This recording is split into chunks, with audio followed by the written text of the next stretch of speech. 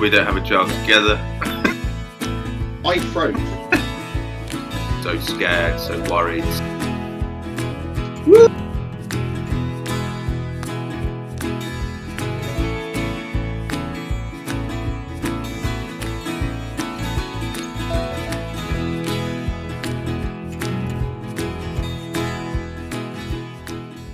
Hello, welcome to Fatherhood Unfiltered. I'm Simon. And I am Jamie. The reason we are doing episodes every week is just to give you a bit of an insight on our lives, and if there's anything that we mention across mental health, relationships, or fatherhood, and if there's something that we can do to help you guys, whether it will be one person, 100 people, happy days is something we can do just to give you a bit of an insight and a few tips maybe. Today's theme is life as a dad. So we'll be talking about from the time that we found out we were having a child all the way up to obviously where we are now. So just to clarify, when we say us having a child, we don't have a child together. That's a very good point. Could you imagine it? Just ginger hair, ginger beard everywhere. How did you find out? Like, how did you feel? How did you find out? Well, we found out in the generic way, as you do. Which is what? A pregnancy test. Right, okay, fantastic. Yeah, it was. So at the time, we did, at that point in our relationship, we did realise that we want kids at some point. It wasn't immediate, we want to have them now kind of scenario. But we spoke about it a lot. By that point, we were together like 4 or 5 years. And my partner at the time had to have an operation, at which point they found endometriosis. So they said, if you want to have kids, this is going to keep coming back. And it's going to get worse each time. And the more it happens, the less chance you'll have of having kids. So we made a decision and it sort of went from there. It was quite, it was a really warming atmosphere at the time because 2 of our friends were also having kids. And the due dates were very, very close for all 3 couples. So there was a really big element of, companionship, and we knew that we could talk to friends who were going through the same thing about how we were feeling, how how we were feeling for me as a partner and for my partner at the time, how she was feeling, the things she was going through within herself. I don't know. There was we'd meet up every sort of week or so at one of our houses and just talk about things, how we're going to what things we needed to buy. That was a big thing because all 3 couples were first time parents. What you buy? Exactly. What do we get?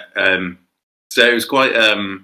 I think it would have been a bit different and a bit more stressful if we didn't have those people around us at the time that were going through exactly that thing in the moment. Because as much as we can talk to family who have had kids, it's not as fresh in their mind, and as we know, we won't remember everything. If someone asked me today about something specific about going through pregnancy, I don't know if I'll be able to answer it. I might, but I wouldn't. You'll have a good idea, but you won't necessarily know exactly what it felt like back when you were going through that period of time. Yeah, exactly. So yeah, that's me. How did you find out? Was it quite a daunting thing? I kind of wanted to be a young dad. I didn't want to be a 40-year-old dad necessarily going through childhood, because obviously at that point you've obviously you've got a job and a career. But for me, I found out I was coming back from work. Again, I worked in the retail, and we lived at our parents' house. And I came back and I saw my partner at the time, when she was up in her room. And I went in to give her a cuddle, put my hands under the pillow, and I felt something. Now I knew she was, or I then remembered she was going to take a pregnancy test. It didn't clock on my mind at all, but until I touched it, I was like, and I, going back to obviously the previous episode where you said you freeze, fight, or what was it, freeze, fight, or fight? No, freeze, fight, or run or flee. I froze. I froze. I was like, it's now hit me, and I was like, and I pulled it out, and some men look at it and be like, what does that mean? Like, is it like some have a plus, some have a 2 line, some have a 1 line, and obviously at that point we found out we were pregnant, or we were having a baby. Obviously, don't get me wrong, I was excited, but the overwhelming emotions that go through your body. Now, I'm the type of person that thinks of all different scenarios. Obviously, I like to plan. I like to have a structure in my mind. It doesn't mean that I always have one, but in my mind, I like to think of all different alternatives. So in my mind, I was like, fantastic, having a child, but where are we going to live?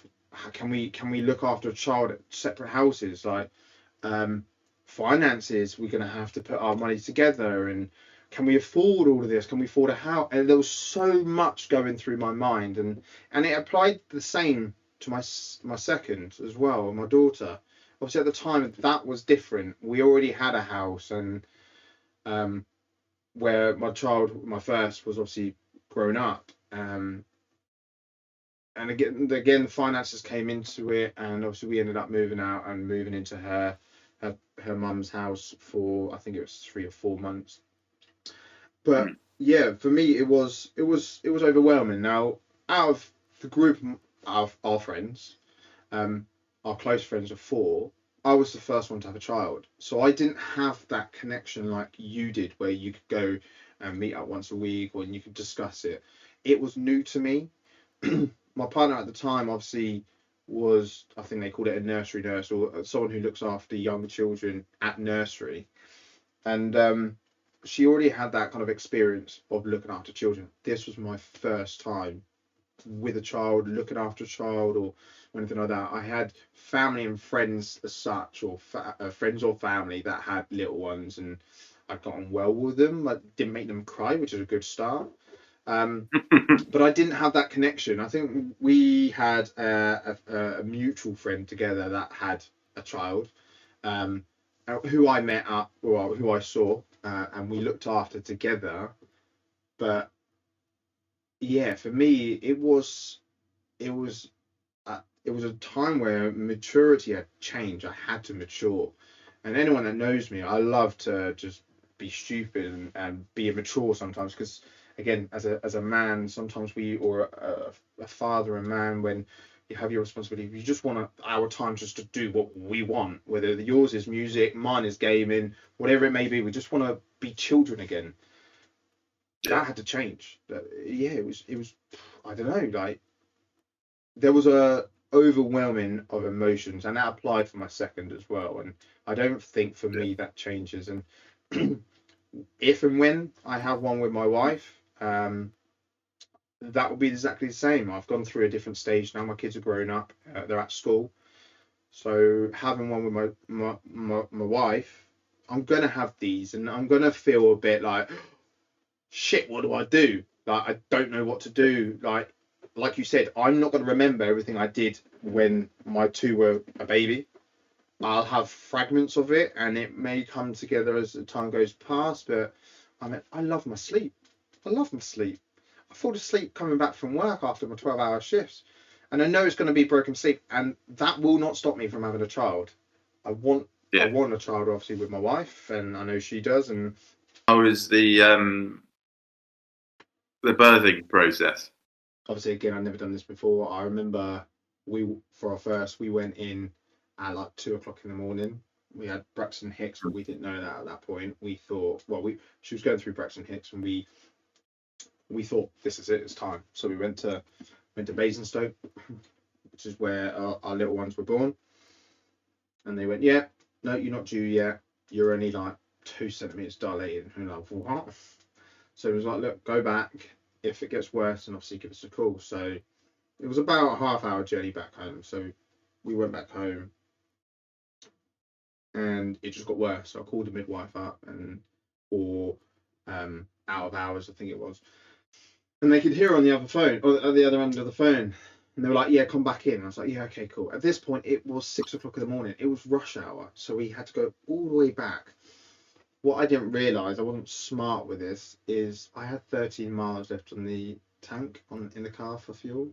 I had to stop off at the petrol station. Now, anyone that knows Basingstoke, there's a little place called Chinham, and in there is a very small car park, petrol station. Normally you have two cars next to each other in a middle lane. There wasn't one, so we were at the back. There was a queue behind me. There was a car in front of us. We finished having contractions in the seat, and I could not do anything about it. It was really fucking awkward. But we get there, and it was a long process. Well, the whole situation was a long process, but the actual birthing part wasn't too long. It was a couple of hours. But it was surreal. It genuinely was surreal. I didn't know what to do. I didn't know how to like wipe their bum, put a nappy on as such, or anything. It was just, it was an amazing feeling. Don't get me wrong. Holding your own child for the first time, skin to skin, cutting that umbilical cord, which is really rubber, is it's really tough, isn't it? it's an amazing feeling, and I'll always want to go through that again, and I'll always treasure it. So for me, that's what it was like, and it was an experience, especially for our first one. Yourself? Yeah, it was. I think, just taking a minute to really try and compare it to how yours went, because we went in. I think it was around the same time in the morning, actually, and we spoke to the midwife a good few times leading up to actually going in. Yeah. And I was there with a stopwatch and with notes up on my phone, writing down action times and all that stuff. So we knew it was coming, and we went. Eventually, they said, "Right, yeah, come in." So we went in. And my partner at the time wanted a water bath, which was really sort of bizarre because I just assumed it'd just be like a little pool, but it was actually like a really massive, like it was a cross between a hot tub and a bath. It was really odd. But yeah, we got our own room. We had to. So Bournemouth Hospital didn't actually have a birthing suite at that time. I think they're still building it now. I don't even know if it's open yet. 4 years later, but we ended up having to go to Poole, which was quite a bit further away.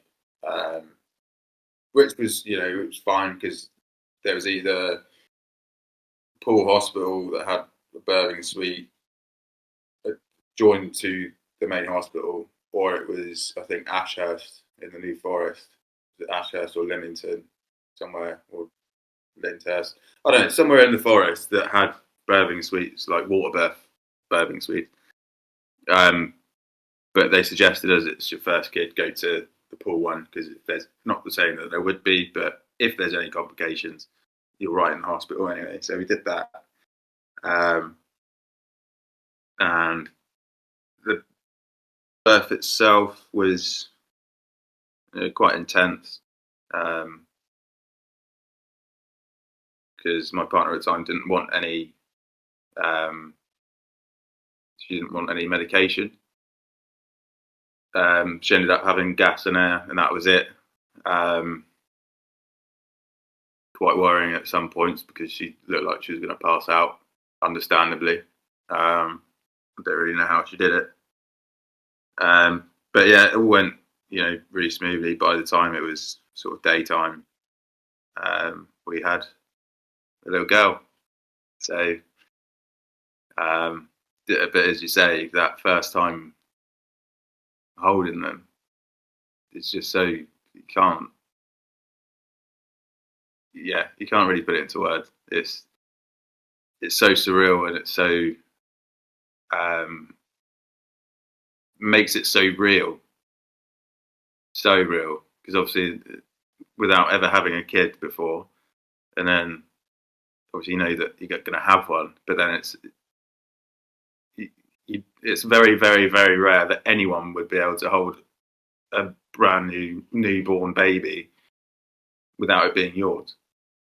So that's such a rare and magical thing to, give birth to a kid and then just hold it and just, it's incredible. I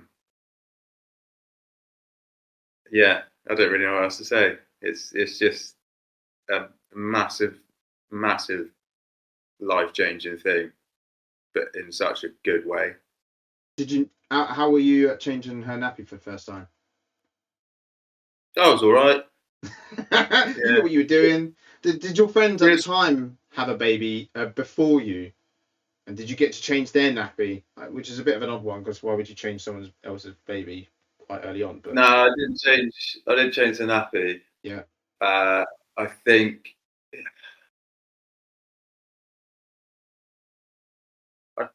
one of our friends' babies arrived just before and one just after. Yeah. But only literally by a couple of days. Oh, okay. Either way. Yeah. So yeah, I mean, she was a January baby, and if it was 5 days later, she would have had my birthday. Which is really odd. So she stole my thunder that year for my birthday, which was fine. Obviously, I let her off. Just that year, yeah. But yeah. I mean, it's so stressful. You always think about what could go wrong, what might go wrong, and until that baby's in your arms. Yeah.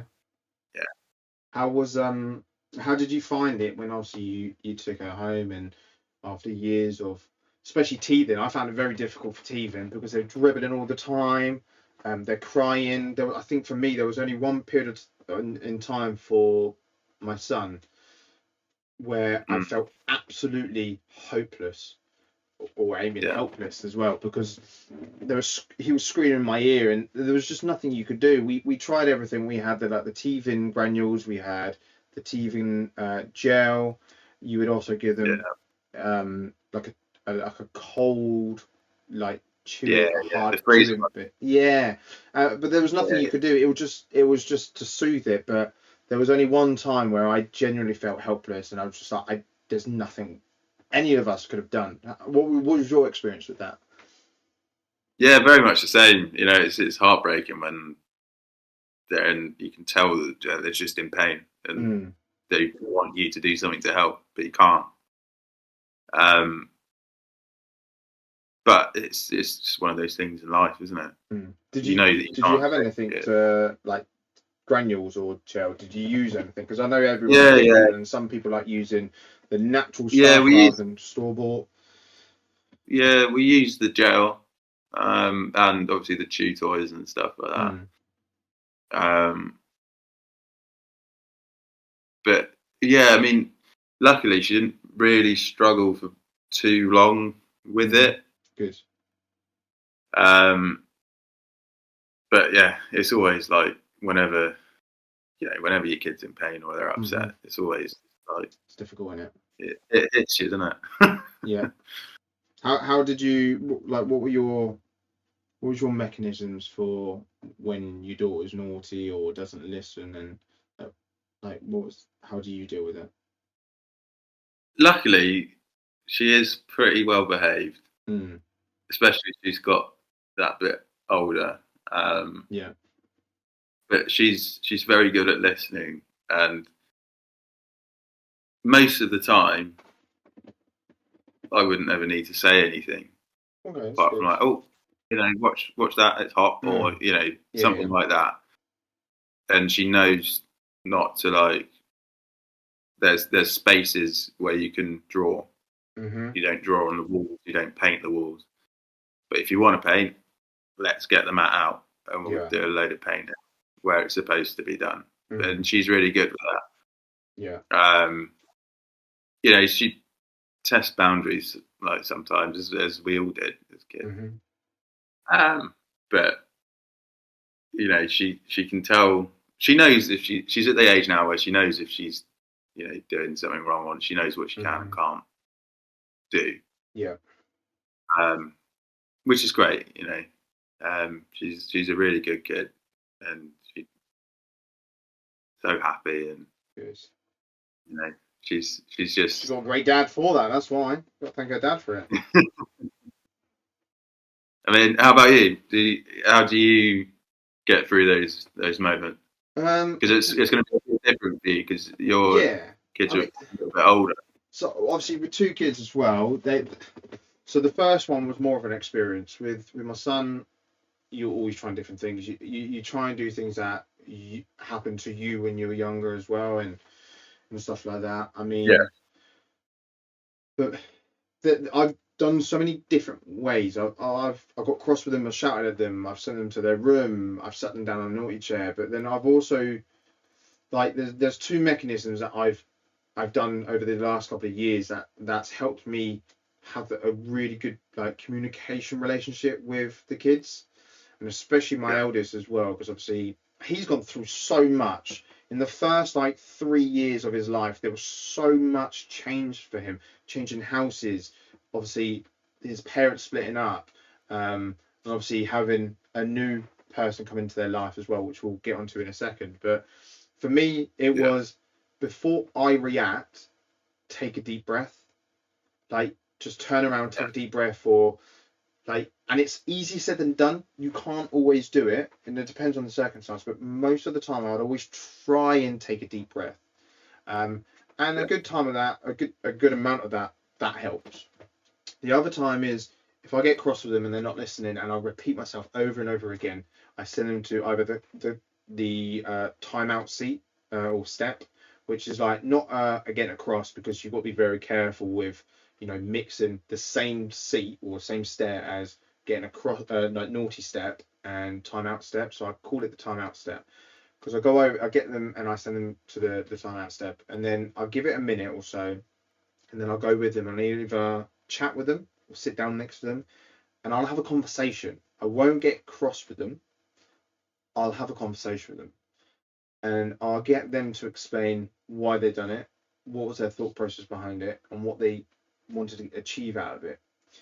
And again, I don't do that all the time. Don't get me wrong. I will get cross and I'll send them to the room, or I'll shout stop it, or whatever it may be. But the times when I do send them to the timeout step and I have a conversation with them, you create a bond, and I find it easier to have a conversation, and especially and what I say me both me and them their mum, we deal with it differently, and I do find it easier to have a conversation with him, or getting him to open up to me and explain, you know, what's going on. It's not an easy situation to deal with because they won't naturally open it up, but we create this area where we say, look, if you are feeling something, you get to use the word bubble. We use the word bubbles.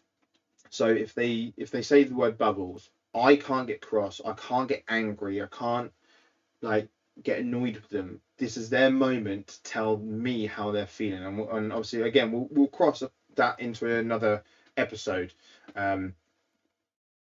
But it's really good for them to kind of express their feelings to you, because if they feel like they can't, they're not going to communicate, and it becomes a difficult barrier between you and the kids. So that's my mechanism dealing with kids. Is it doesn't happen all the time, don't get me wrong, and I do get cross, and they know I get cross, and they know what they've done as well.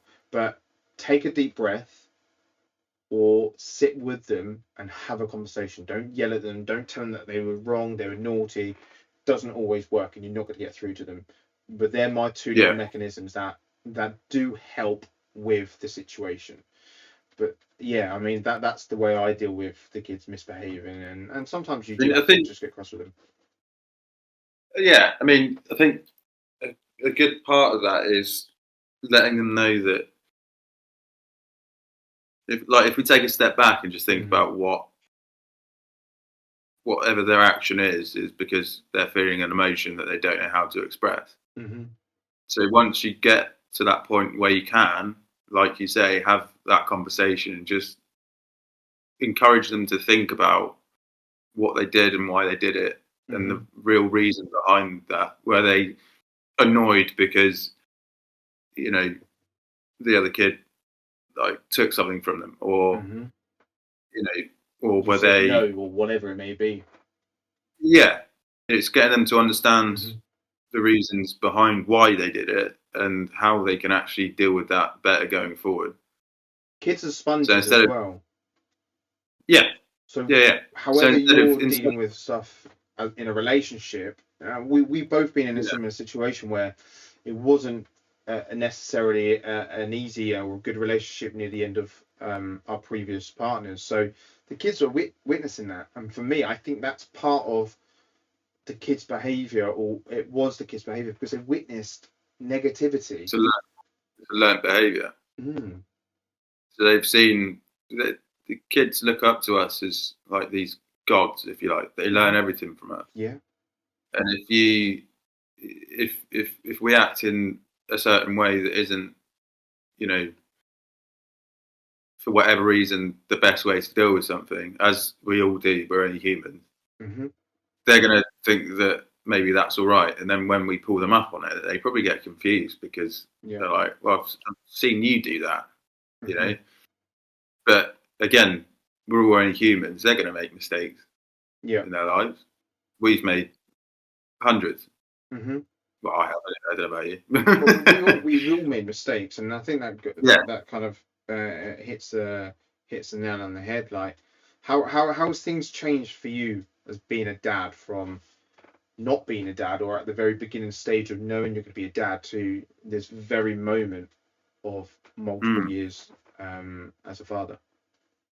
Yeah, I mean, initially it was obviously very scary being first child, and you know, trying to mold everything that's going on and that was going on in our lives around that child.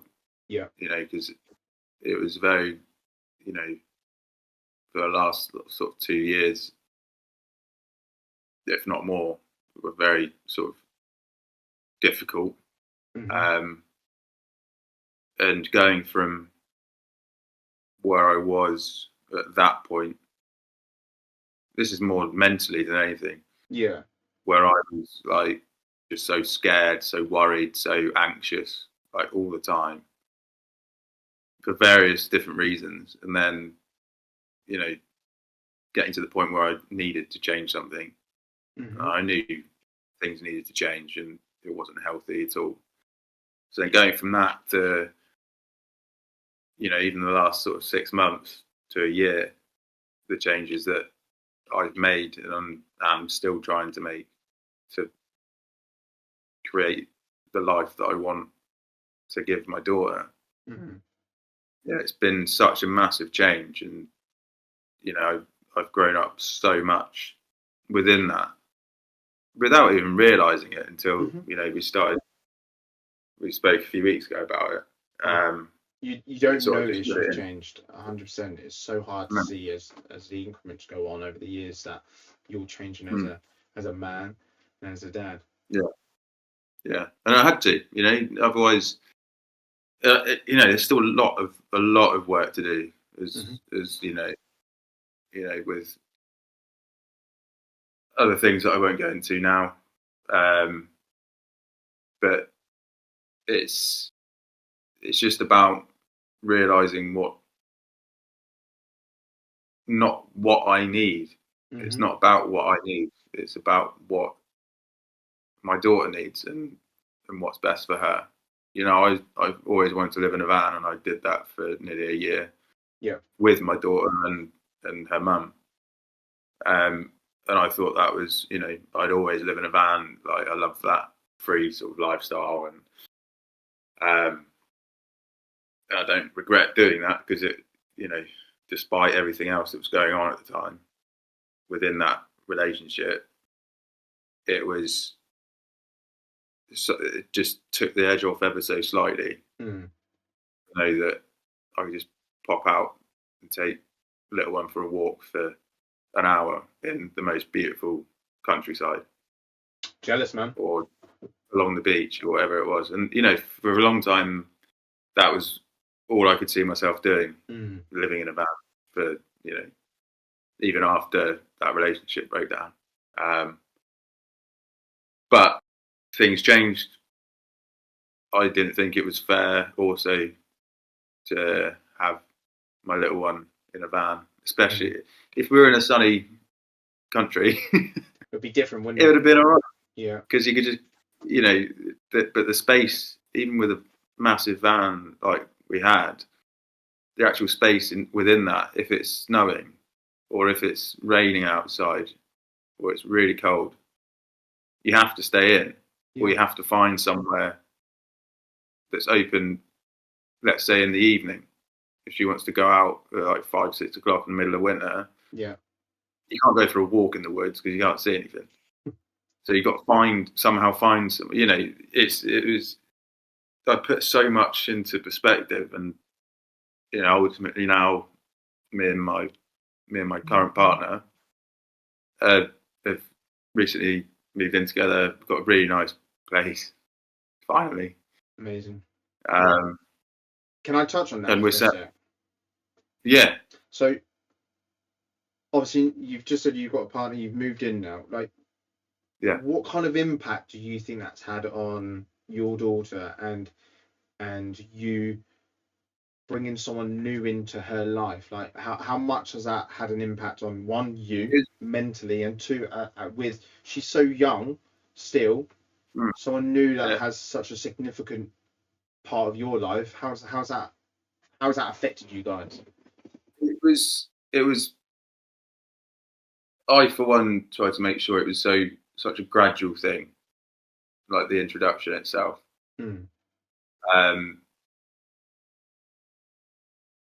And it was hard because there were times where I wasn't able to see her because, I said that I'd like her to meet my partner, and sometimes I wasn't able to see her because of that. But it was really difficult as well because of, I'm not going to go into like much more detail than that, but it just felt very unfair and very, unjustified because at the time her mum was already with someone else, and I didn't know about that for a long time, and I think they ended up living together for a while as well, and I wasn't even told or asked if that was, okay with me, or even told this is what's happening, full stop. So for me, that sort of really confused me and really annoyed me because I wasn't allowed to see my daughter because for whatever reason they thought it wasn't the right thing to do. I remember the conversations we had about that. Yeah, and it was really difficult, but eventually, it happened. Initially for a few hours at a time, and then gradually, extending that time that they were together, and it was, it was really, really nice. My partner used to work with kids for about 10 years in a nursery. She's amazing with kids, and she's amazing with my daughter. So it was a tough road to get to this point. But my daughter's really, with anyone, regardless of who they are, she's initially for the first 10 minutes, she's a bit like. I think that's standard though, isn't it? For most kids, I think if it's not someone that they don't know or they're not comfortable with, or they sense something about them, they're going to be very reserved. Now, my kids are they're so, they're very, I don't even know how to explain it. Like, they're not shy kids, but the moment you put them in an environment where, you know, they feel uncomfortable, they become very reserved. And it's no surprise that that's the case. Yeah, no, absolutely. You know, after that initial time, they got on so well. They still do. Brilliant. And it's really nice. It's just so, like, the first time they were playing together, I just sort of stood there and watched for like 5 minutes and just smiled because it's such a big feeling.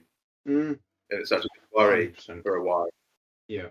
Because it can cause quite, big problem if it doesn't go, if for whatever reason they don't like each other. Yeah. It can have a massive effect on both of your relationships. Yeah, exactly. So, it was, difficult to start with, but that was more the internal worry for me and trying to work out how to, just make it as smooth as possible.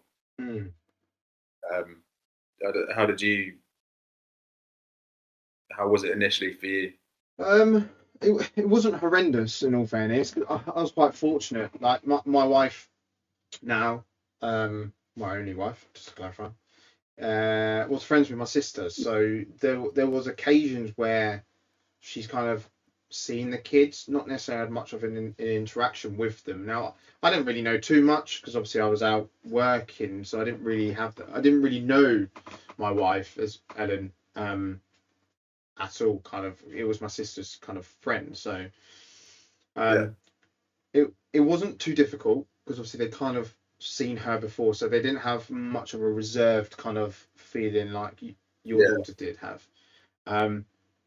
And because of the schedule that we had with the kids, we made it work. Like, me and Ellen sat down quite early on, and we said, look, this is what I want, this is what she wants as well, or this, she both said it to each other.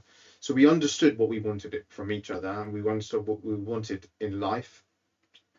And she accepted me straight away with kids.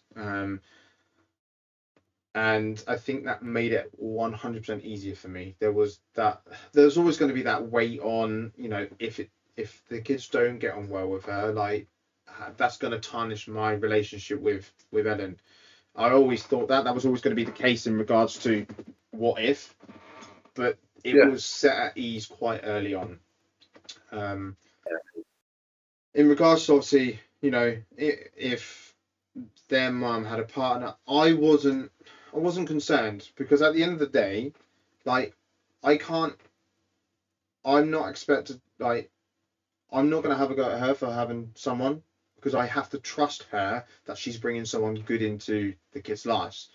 So if I was to react badly to that, it'll be unfair on me to say, tough luck, get on with it when it comes to my life. Yeah, no, absolutely. Even though I didn't agree with how it happened, I've never said, you can't do, that's not who I am. She wants to go and do that, then that's fine. That's up to her, and I hope everything's great. But it definitely flipped the other way around. Like, from my point of view, like, I had to trust that she would pick someone good enough to be in the kids' lives, but it definitely didn't feel like that the other way around, and it was tough. And it still is tough to now. Like, again, I'm not going to go into the detail because that's a separate issue, but it's become less of a concern now. And again, it's one of those that suck it up, because she's been in the kids' lives. Well, she's been in my daughter's life since she was 1, and she's now 5, coming up 6, so well over 90% of her life. My son, again, has been in his life for about 80% of his life. So they have a really good bond, a really good relationship, and they get on really well with her. They're excited to see her when she comes back from work. They're always asking when we get in the car and I pick them up from school, like, it'll probably be tomorrow, is Ellen home? like there is a bond, and it's great, and she's showing them exactly, how to be, what's good and what's bad, and she's teaching them, she's helping them with their homework, she's be creative. She comes to my son's football match 90% of the time.